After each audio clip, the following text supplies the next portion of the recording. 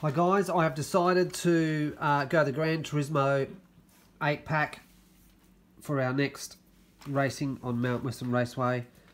I've been looking forward to this for a long time actually. And it's taken me a while to grab this collection and obviously get them together. So in no particular order, I've already pulled this one apart.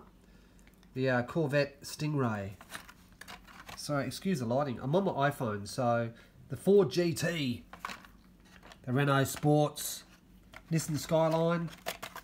Oh yeah, he looks good. Looks very good.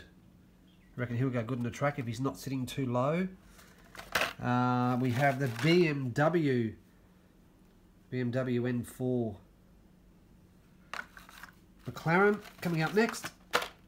There he is, the McLaren. I reckon that is going to be the winner, just based on the looks. Just hope they're not sitting too low.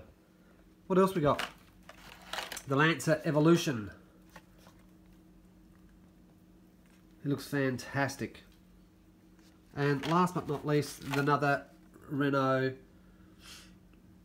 Trophy. So that's what we're going to race in the next tournament. So stay tuned. Gran Turismo, Hot Car Track, Mount Western Raceway.